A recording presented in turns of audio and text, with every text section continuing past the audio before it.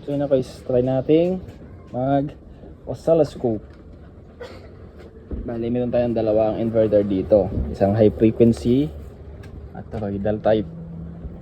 Ito yung high natin, ito yung ginagamit natin ngayon. Kasi pan out din tayo. Tama-tama para mag measure ng waveforms.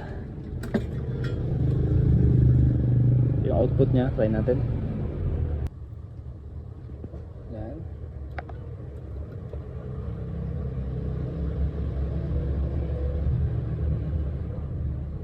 Kung kalog yung ating ano.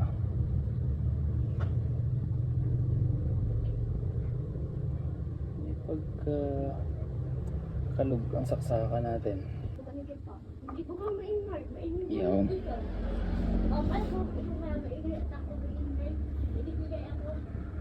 Mukhang modified siya. Volt 100 volt 200 volt. Okay.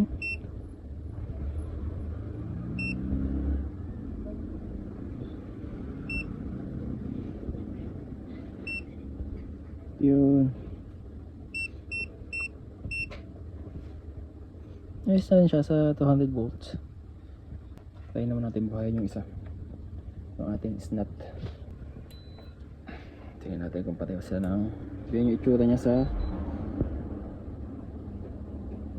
200 volts. Nagkaroon tayong tagahawak. Ito naman snot. Kano yung kanyang waveform.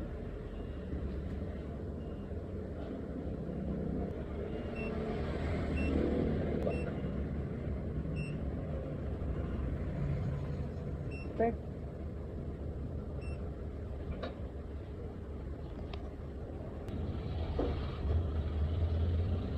Okay na. Ayos.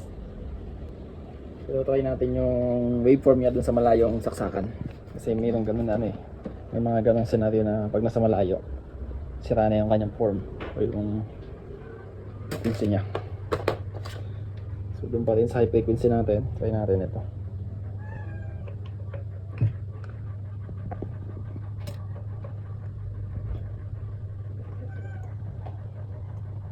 Hirap isaksak.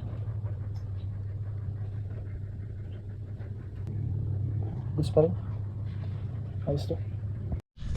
Yun nga guys, after natin matest yung snot saka yung ECG Solax, ito naman dalawang portable inverter. Tingnan natin kung ano yung magiging sine wave nya. Meron ako ditong ano ba to? Hindi ko maintindihan. 48 volts. Hindi ko lang ilang watts to. Ito, pero 48 volts ang kanyang input.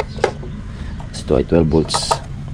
Meron tayo ditong variable. So, silipin natin yung waveform nila. Unahin natin itong P2 na 12 volts. So, unahin natin yung ating variable power supply.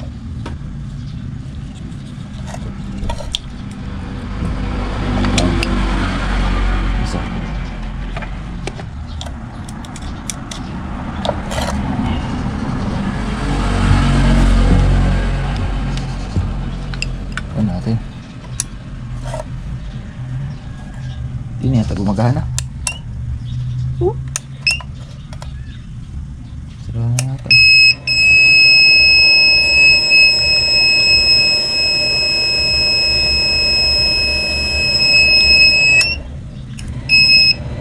Yun. So, kaya natin i-test.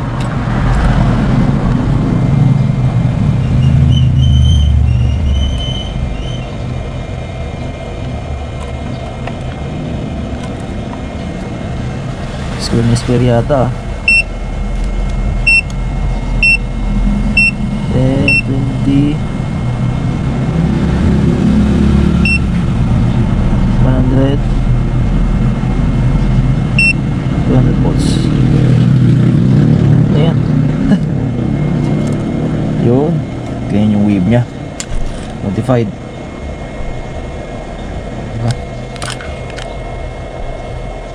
Iba natin sa 100 volts. Baba tayo sa 100. Multiplied square wave. Yan yung waveform ng P2, kaya pagka ginamitan nyo ng mga motorized kaya ng electric fan, vibrate, mahaming, kasi ganyan yung kanyang waveform, hindi siya pure. Okay.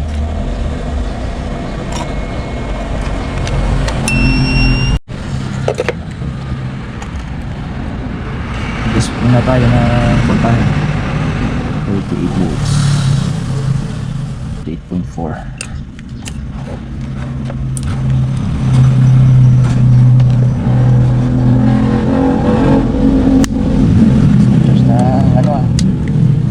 Charge ng capacitor. Ito natin. Functional din. Hindi pa siya ng LCD display. 10 watts ang kanyang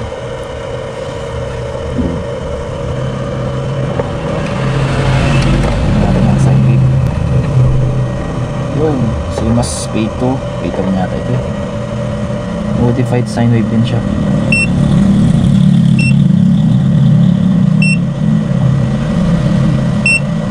Square wave. So maganda yung ating snap saka ECG Solax. Talagang maganda yung sine wave nya.